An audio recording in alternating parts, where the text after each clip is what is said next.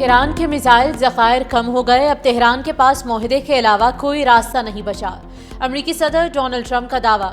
امریکی نشریاتی ادارے NBC کو انٹرویو دیتے ہوئے کہا کہ ایران کے پاس صرف 21 سے 22% میزائل باقی رہ گئے، اسے مجبوراً ایسے اقدامات کرنا پڑیں گے جن کا تصور بھی نہیں کیا ہوگا۔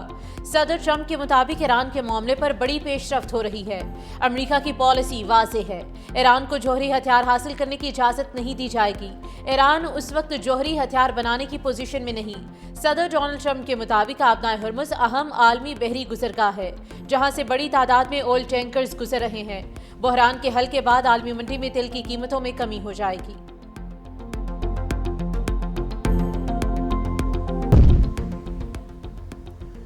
امریکی صدر ڈونلڈ ٹرمپ کو اس ڈیڈ لاک کو توڑنا ہوگا۔ جب تک امریکہ ایران کے $24 ارب کے منجمد اثاثے جاری نہیں کرتا، امن معاہدہ نہیں ہو سکتا۔ ایرانی سپریم لیڈر کے سینئر مشیر محسن رضائی کا CNN کو انٹرویو۔ کہا عبوری معاہدے پر دستخط ہوتے ہی $12 ارب ریلیز کیے جائیں۔ فنڈز فری کرنا ڈونلڈ ٹرمپ کے لیے اعتماد کا ایک بڑا امتحان ہے۔ یہ ہمارا اپنا پیسہ ہے، امریکہ کا نہیں۔ اگر امریکہ نے دوبارہ جنگ چھیڑی تو وہ تاریخ کی راہداری میں داخل ہو جائے گا۔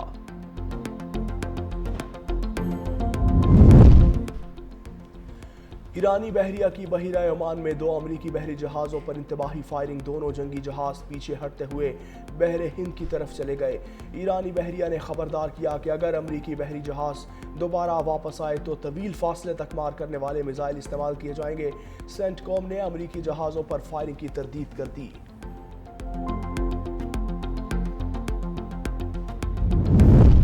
لبنان اور ایران کے درمیان سفارتی بیان بازی میں شدت۔ لبنانی صدر جوزف اون نے الزام عائد کیا ایران لبنان کو امریکہ کے ساتھ مذاکرات میں بطور بارگیننگ چپ استعمال کر رہا ہے۔ ملک جنگ کے باعث شدید دباؤ کا شکار ہے۔ ایرانی وزیر خارجہ عباس عراقچی نے الزامات مسترد کر دیے۔ کہا اگر لبنان ایران کے لیے سودے بازی کا ذریعہ ہوتا تو تہران پہلے ہی امریکہ سے معاہدہ کر چکا ہوتا۔ انہوں نے سوشل میڈیا پر لبنانی صدر کو پیغام دیا کہ لبنان کو اس کے حقیقی دشمن سے بچانے کی ضرورت ہے۔ دونوں ممالک کے درمیان سفارتی ماحول مزید گرم ہو گیا۔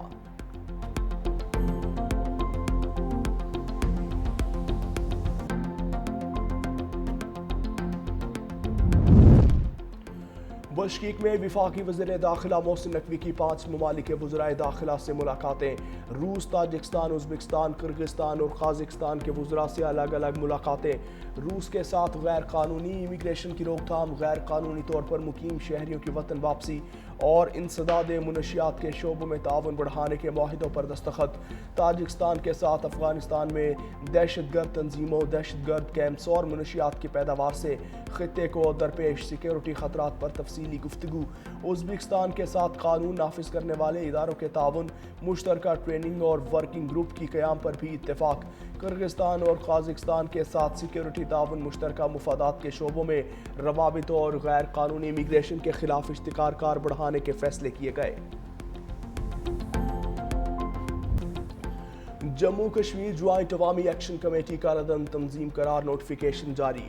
Jammu Kashmir action committee, joint عوامی ایکشن کمیٹی اور عوامی ایکشن کمیٹی کے ناموں سے کام کرنے والی تنظیم کو فرسٹ شیڈول میں شامل کر دیا۔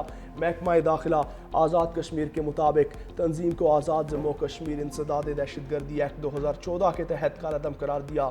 نوٹیفیکیشن کے مطابق صدر آزاد جموں کشمیر نے تنظیم کو پروسکرائبڈ آرگنائزیشن قرار دینے کی منظوری دے دی۔ حکومت آزاد کشمیر کے مطابق تنظیم کے خلاف امن و سلامتی کو نقصان پہنچانے کے معقول شواہد موجود ہیں۔ تنظیم ریاست میں انتشار پیدا کرنے میں ملوث پائی گئی۔ محکمہ داخلہ آزاد کشمیر نے ایکشن کمیٹی کے تمام متبادل نام بھی نوٹیفیکیشن میں شامل کر دیے۔